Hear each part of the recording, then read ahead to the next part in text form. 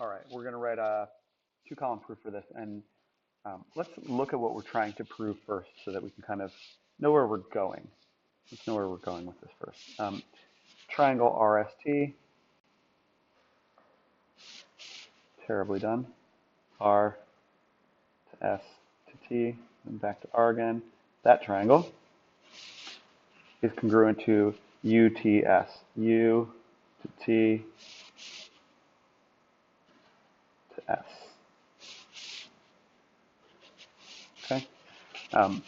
We're trying to prove those two congruent, and let's take a look at what we've got. Now that we just know that generally, we can see them there hopefully without having to have them highlighted. We just see them.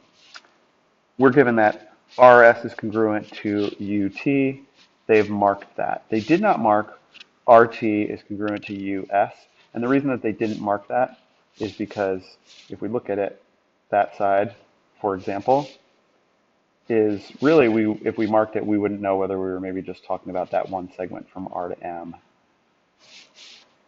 If you put the marks there, where are you going to put them so that you know that we're not just talking about that, but we're talking about the whole thing?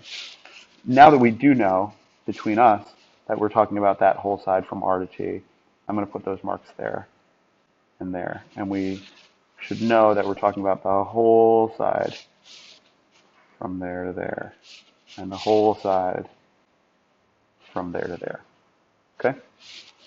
That's what I mean by those red double segment marks. Okay? So we've got a side, we've got another side, and hey, what do you know? They're overlapping triangles, and they are sharing a side. They are sharing this side, ST. So if we said that ST is reflexively congruent to itself, then we will have side-side-side congruence. So great. So the first thing we're going to say when we write it out, we're going to say 1.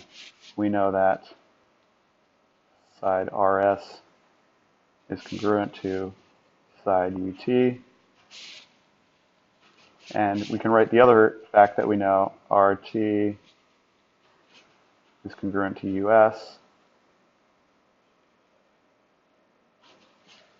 What's the reason for both of those? The reason for both is given.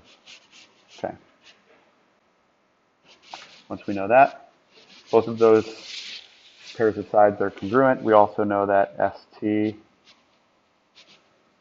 is congruent to TS.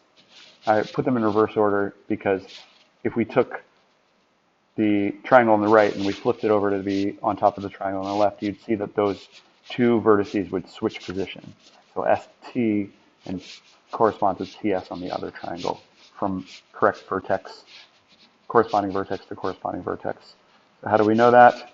We know that that's true because of the reflexive property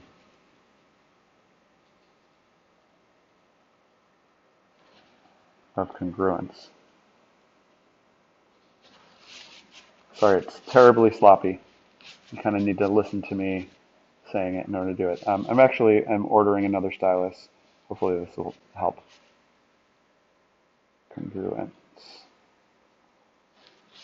Okay. Now that we know that, well, we can then make our statement that triangle RST indeed, like we were trying to prove, is congruent to triangle UTS. How do we know that?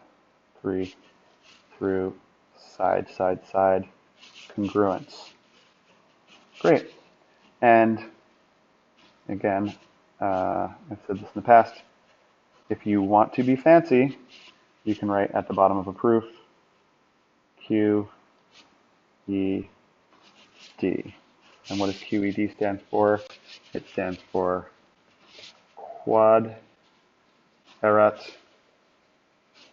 demonstrandum. I think that's right. What does that mean?